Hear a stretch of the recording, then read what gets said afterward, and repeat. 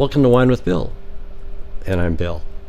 Today, well, we have somebody very special. She's very special regardless, but she is multi-talented not only in her career as a pediatrician locally, but as a wine owner, and she does a lot of stuff in the community as well.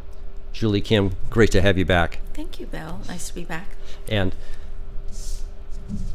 if we can pick this up on camera, this is the last month's Los Gatos magazine. You were the featured story, and they really highlighted everything, not only about you, but your wonderful family, you and Albert, the vineyard, and I encourage everyone to read it. Oh, thank you. Okay. That was very nice of them. So here we are. A lot has happened since you were last here, roughly a year ago. Mm-hmm. And one of the things that I'm excited about, and I think everybody is that when we last had you on the show, we talked about the 2019 Prolific Vines Cabernet, Mm-hmm. and it's out and available now, correct? It's released now. Yep. So what do you think? What are its unique characteristics, and what are people saying about it, and are they enjoying it? So far people are loving the 2019. Every time we release a new vintage, they all really enjoy it, and I think again, our wine is different every year. We just never produce the same wine on a yearly basis because a lot of things change with the environment and the soil and the climate and the watering, and so they're always commenting, oh, this is different this year, but I really like it. And so 2019 was a little different because this is the first time we put in some American oak. Oh, okay. So before it was all French oak. But this year it was like 41% was new oak, and of that, our winemaker mixed it with 55% French and 45% American. And so it's a little different again. He likes to experiment every year too. And that's what makes our wine also different every year, is because. So what characteristics did it enhance from the prior vintages, or are there brand new characteristics, so to speak? Well, sometimes it's hard to say because as the vineyard matures every year, I think that, that speaks for itself too. But of course, when you change the barrels out, it's always going to change a little bit of the flavor, but still really good, and people really enjoy it. In fact, you and I know, Cameron from New Zealand. Correct. Came to our house. He's the only master sommelier from New Zealand, and he loved the 2019, and he called it very elegant. I think 2019 was his favorite because you had a series. Yeah. Well, from the prior times you've been on the show, I think one of the several landmarks characteristics of your wine is that it's fruit forward. Yes. And it's got great balance. Totally, and especially this year, and this is what I was going to ask you: is the 2019 living up to that? It is already. Sometimes our other years, you have to age it a little longer for that balance to show with all the complexities in the wine. But 2019 already shows that. The fruit, the acidity, the mellow tannins, and the spiciness, the earthiness, all of that's usually in our wine is already super balanced.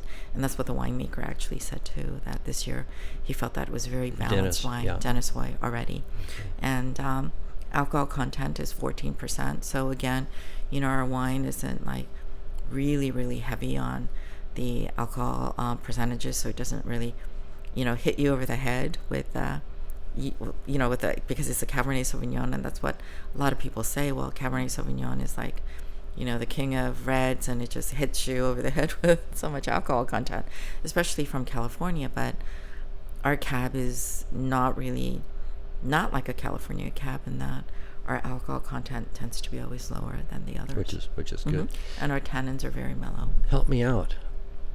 I can't remember. Was that a pre-drought year, a normal year, almost normal year with all the rain or lack thereof? So, we had many years of no rain.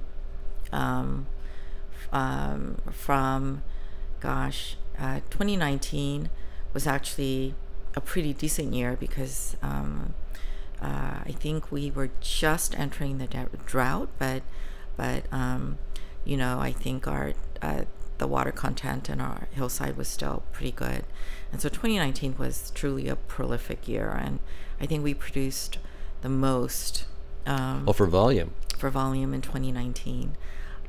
So 2019 was great. It was coming to 20,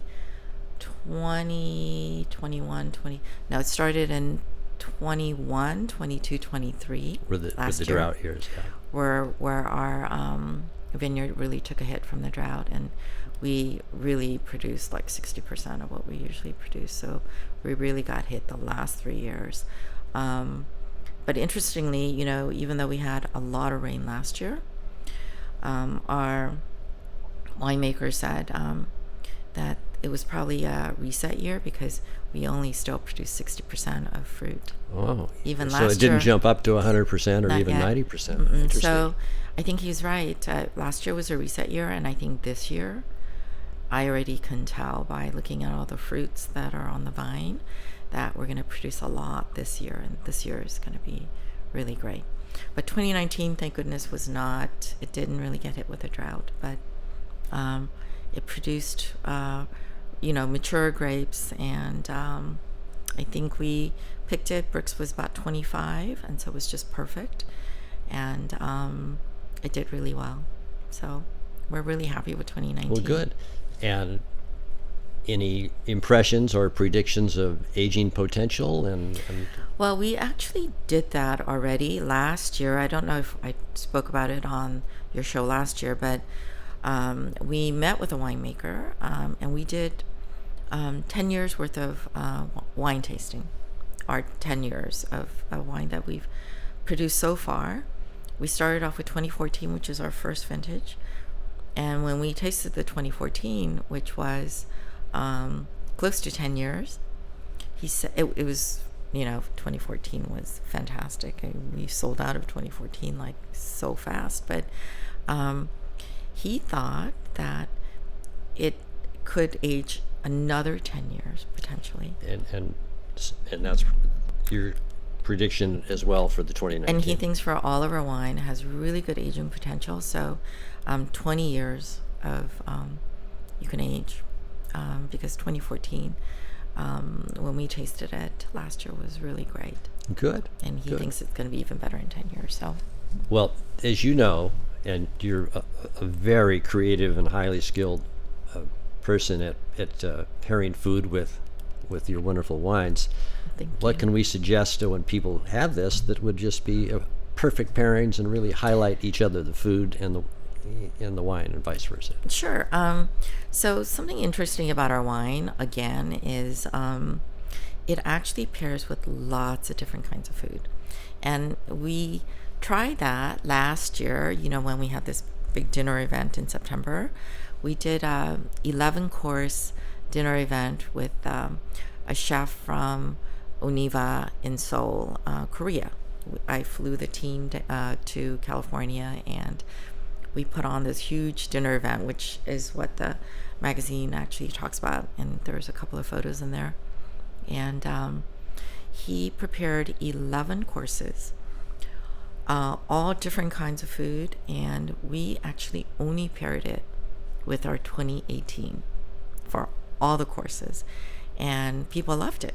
And I think you were one of our guests. Yes, too. it was a magical evening. It paired so well with everything, and that seems to be kind of what I notice with our wine. And when I do our private tasting parties, I try to cook something different every time. And I have prepared not only beef, which classically prepares well with Cabernet Sauvignon, and I've prepared lots of different kinds of beef. The last tasting party we did, I did a whole pot of chili, and it went really well. But I have done, vegetarian dishes paired really well. Like tarts. I paired it with tarts.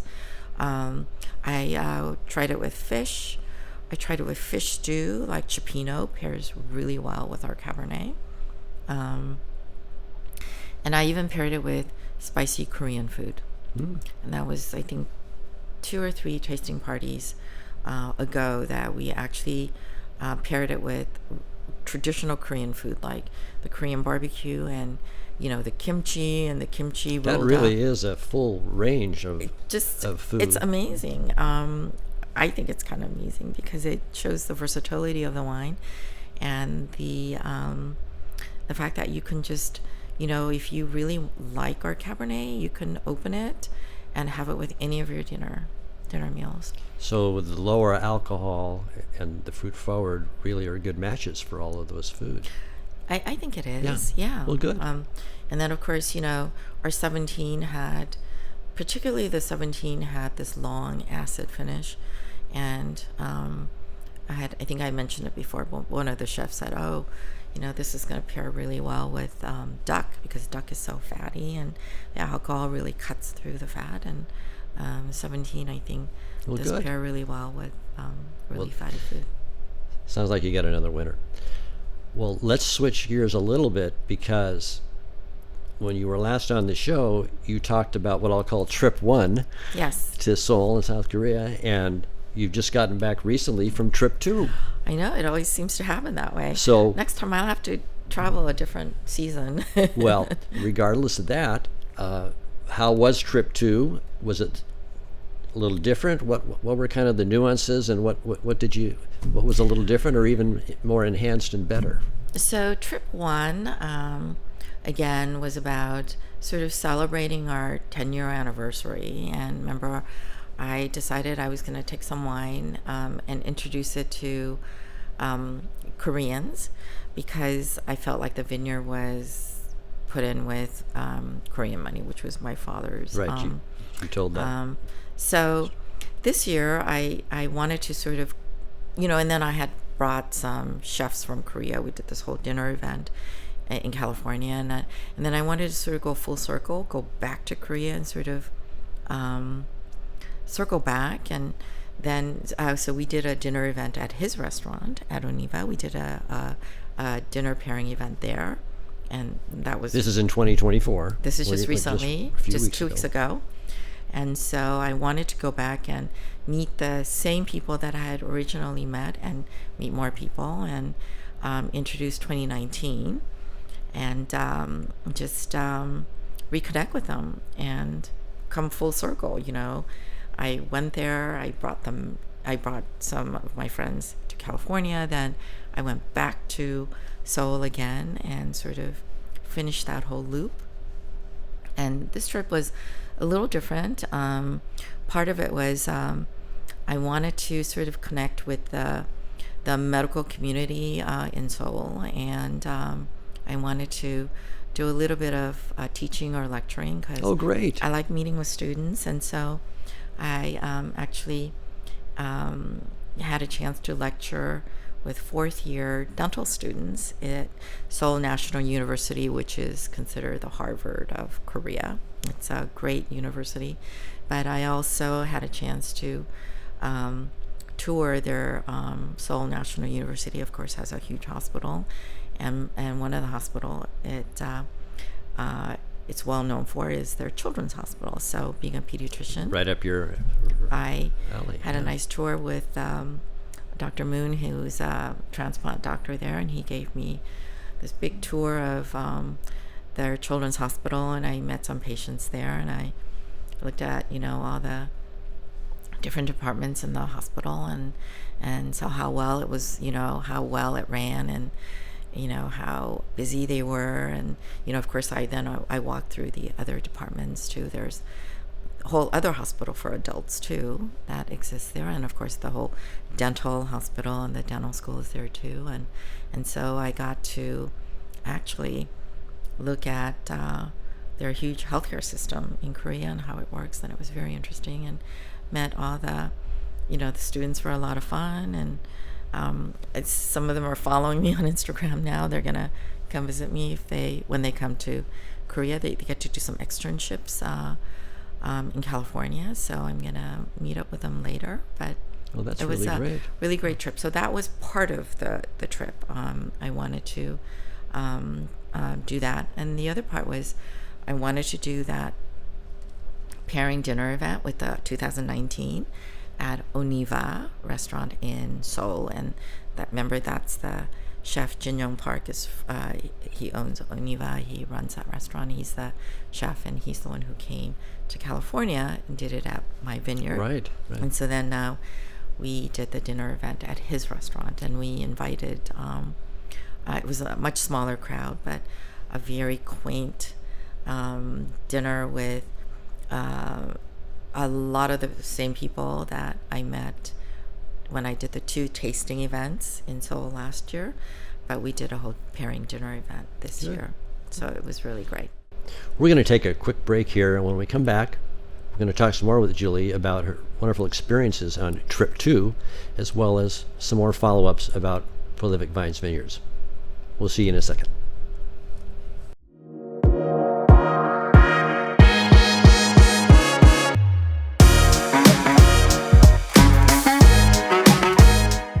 Thank you to the Los Gatos Community Foundation for their continued support of KCAT Public Media. Because of groups like the Los Gatos Community Foundation, KCAT has been able to inspire, educate, entertain, and inform our community through the magic of television and digital media for over 38 years. Thank you.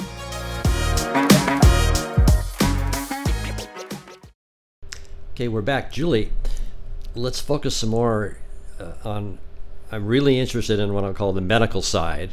You gave a lecture, you toured. What were your impressions of what you observed about the healthcare system, and can we learn from it over here? Well, let's see.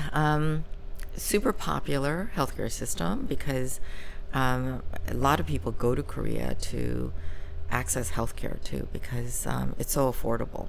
So I'm almost shocked at how affordable things are. They do this annual checkup for everybody where A wellness check? A wellness check where, they do tons of screening, including, things like scans. People get scans done on a yearly basis. And I'm not saying that that's what we really need, but they do that. And it's so affordable that even, I know Americans go there to Really? access that kind of screening, extensive blood work and colonoscopy. I know people go there to get their colonoscopies done there.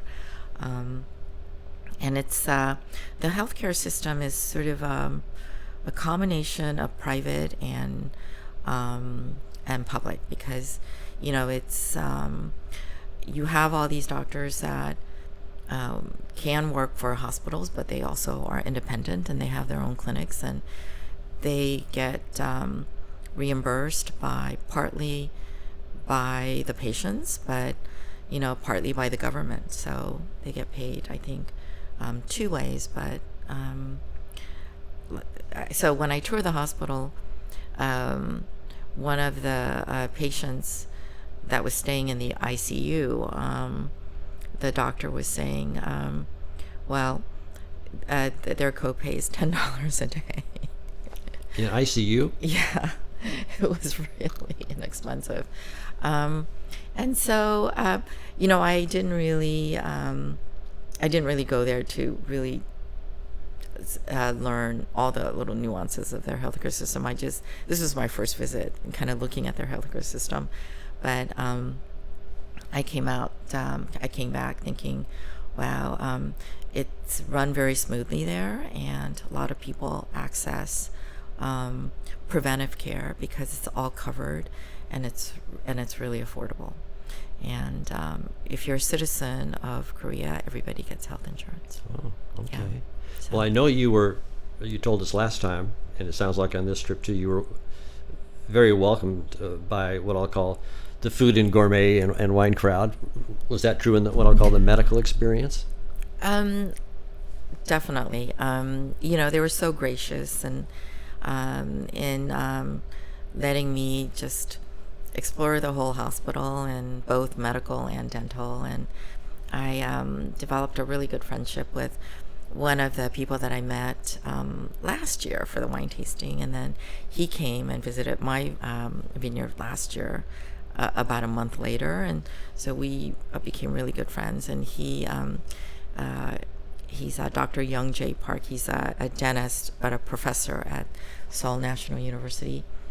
And he is sort of phenomenal in that he knows, I think he knows everybody in Seoul or in Korea. He knows so many people. And so having a friend like that, it's really made things really easy because he had so many connections. So he sort of made it very easy for me. A lot of doors opened. It opened lots of doors for me, and so I was able to do all the things that I wanted. Plus, he's also, he's a foodie, and he loves wine, and all his friends are chefs. Sounds like you had a lot in common. Oh my gosh! And so, of course, I went to some of the best restaurants in Seoul, the best, and some of them like X Cuisine, June, and then I connected with a chef through Instagram who's very popular on Instagram, Sean Park. He has Bistro Spark. I went there, and then I have a friend who works with a lot of talent in Korea, but she also has a cute place in Itaewon, which is a very popular part of Seoul. And I ate there and tried bamboo wine at her place, and then all the local places that serve Korean barbecue and the marinated crab. There was a Michelin star marinated crab restaurant also near Gangnam, and so I was there, and so I ate really well, and of course I ate at Oniva, and so I went to see my friends a lot while I was there, and so I ate really well, and that was the problem. I think I was eating the whole time, and I think this is why when I came back I was so jet lagged, because I was so used to eating I was booked from morning to night, and sometimes I wouldn't come back to my hotel till 2:00 in the morning. That's how I had so many things done. I don't know if they're traditional, I'm thinking of France, Spain, what I'll call the later evening. Mm-hmm. Is there the traditional dining time for fine dining time in Seoul? It can go very late, and this is why by the time we finished, and when I came back to the hotel, it was already 2:00 in the morning, so they dine very late. In fact, I have a cute story. So I was at Oniva because the crew and I were invited to go out to dinner. Somebody had invited us to dinner, but of course it was midnight, and we were still waiting because we were all going to go out after he closed the restaurant.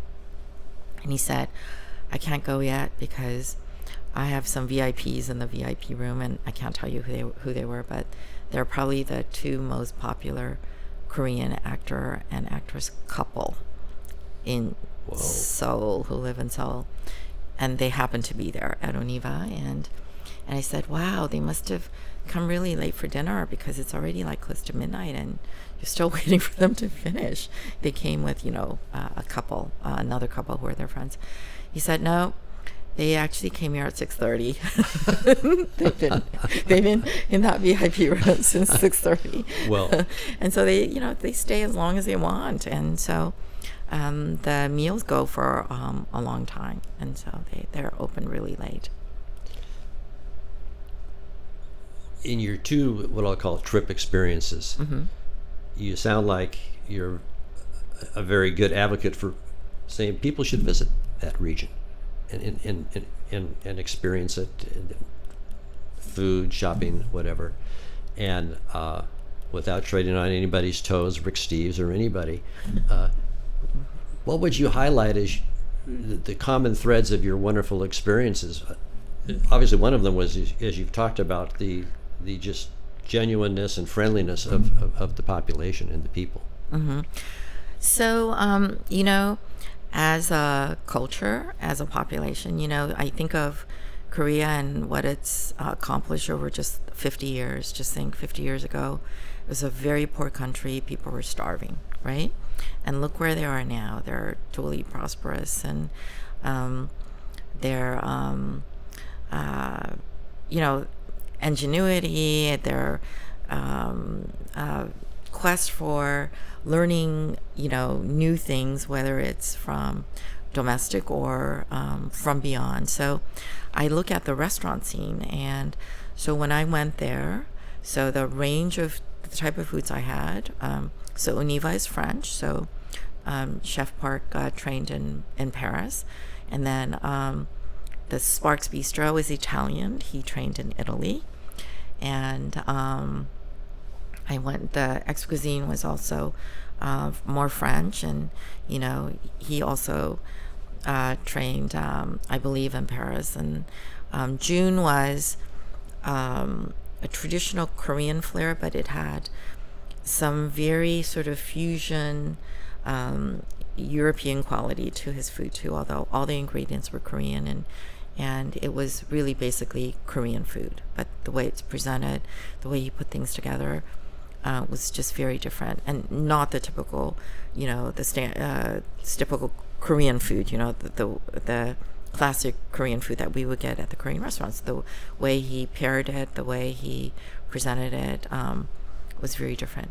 And I think that they have this quest for knowledge, and so they go and get it, right? Or they come to America, and they go and get this knowledge, and they bring it back to Korea.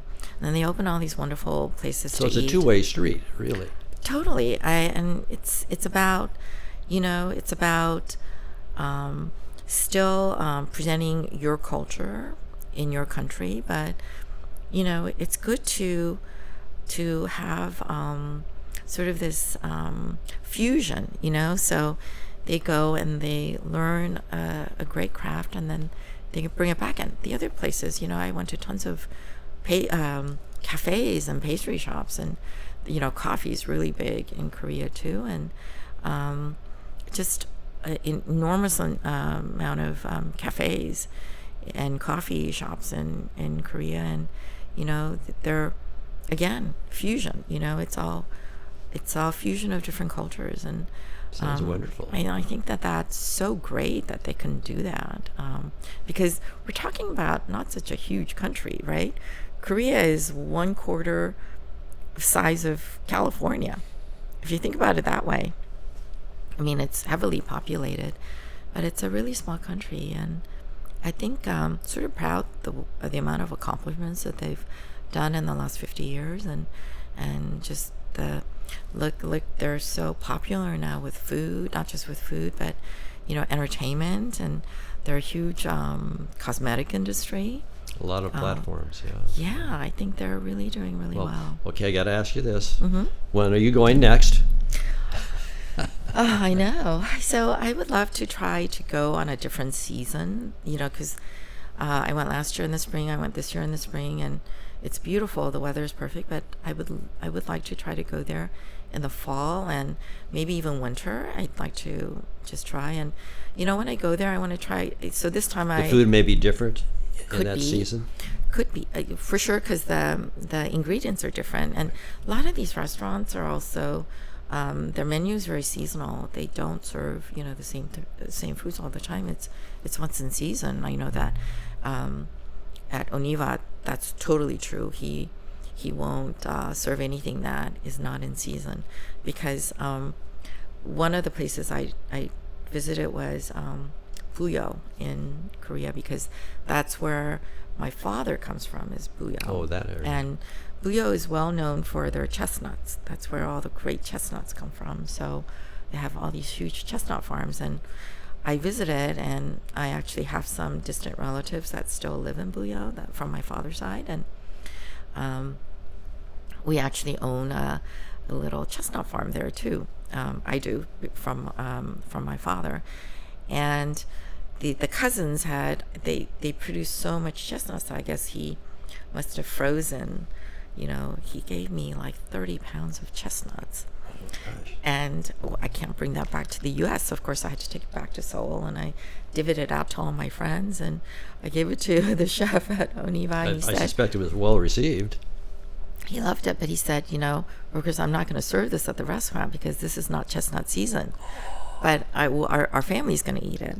But that's how they are. It's like, they're going to serve what's in season, which is, I think, Wow. I go back and, when they first came to visit me, I took them, to Alice Waters' restaurant in Berkeley, right? Chez Panisse.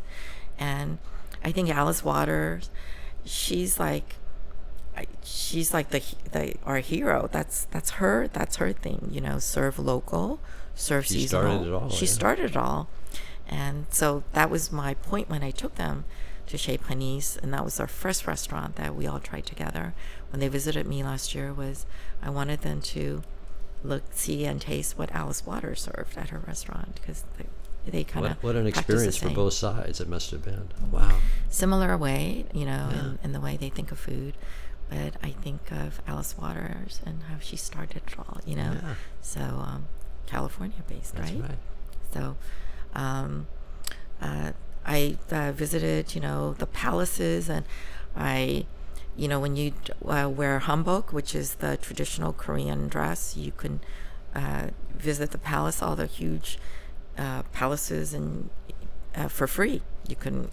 But you have to dress up in hanbok. So, oh my gosh, it was so crowded. So many tourists were there, and they were all in hanbok. It was kind of funny. There were thousands of people there. Well, so that was one of the other it fun sounds like things. you will be going back. I only explored such a small piece. Small area. Because yeah. of course, when I go, because I have a busy practice and I can't leave my medical practice unmanned for too long. I could only go for about 7 to 9 days at a time. So that's really not enough time to do a whole lot of exploring. Well, so I have to kind of focus on what I'm going to do. It'll all fit in, and as you said, maybe a Yeah. different season. Yeah. Well, before we end this episode, I want to follow up with two more things. One was, and we've touched on it very briefly, was when you were last on the show, we were still like 4 or 5 months out from the harvest of picking the grapes, etc., from 2023. So briefly, how did that go? Everything smooth? Maybe not so smooth? And what are your expectations and impressions initially? So 2023, even though we had a lot of rain, was not such a great year for harvest for us again, because we consider that a reset year, because the grapes were, because we don't water, right? We're dry farmed. So we were dealing with so many years of the drought that the vineyard was still very stressed. So it didn't produce as much fruit as typical. So we only harvested 60% of what we usually. Which is a drought stat versus Drought normal. stat. Yeah. And it was funny. The harvest was very late. We're a vineyard that, even though we produce Cabernet, we grow Cabernet Sauvignon grapes. We are one of the first to harvest. Remember, our first harvest ever in 2014 was mid-August for Very a cab. early, yeah. It's totally early, and so we sort of hover around late August to very early September. And this year, in 2023, because of that whole climate change, we actually harvested towards the end of September. We were kind of late. Did you have to wait that long for the bricks and the pH and all Yes. those numbers to be? It was because the we were correct waiting for the level? bricks to reach, what we usually like, which is about 25, and so we had to wait. And but it's again, 2023 is a matured vineyard. It's and every year it just matures, and it just seems to produce really. Even though it's small in quantity, the quality of the grapes are really super good, and so we still end up producing really good wine. Just When it's will gonna be you in a do small any batch. barrel tasting Of which year? for the 2023? We will probably do that maybe early next year. Okay. It stays in the barrel for about 1.5 to 2 years. And you're so- still in the balance of French and American oak that you talked about earlier. Well, I'll have to see what he did for 2023. He does something different every year. Okay. But we are still predominantly French oak, new French oak. But Good. like I said, he plays around a little bit with it. If it ain't broke, don't fix it. Yeah, yeah. Well, good.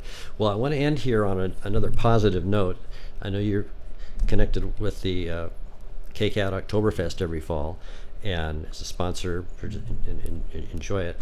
And this year's is September 29, and I think there's going to be a special opportunity for people here in Los Gatos at the Oktoberfest to sample, taste, and purchase your wines. Is that correct? We're definitely going to try to do that this year. As you know, we sponsored Oktoberfest last year, and it was super fun. But no one got to taste our wine, even though we sponsored the event. So we're going to try to do something different. Good. And we're going to try to make it available so people could purchase also, and maybe be able to purchase the wine to go with the Oktoberfest meals that we're Good. going to provide. Well, I know we're looking forward to it, and I think the public is too.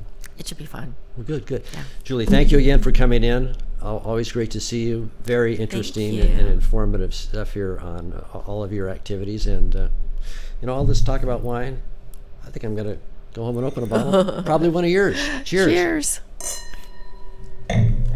That's it.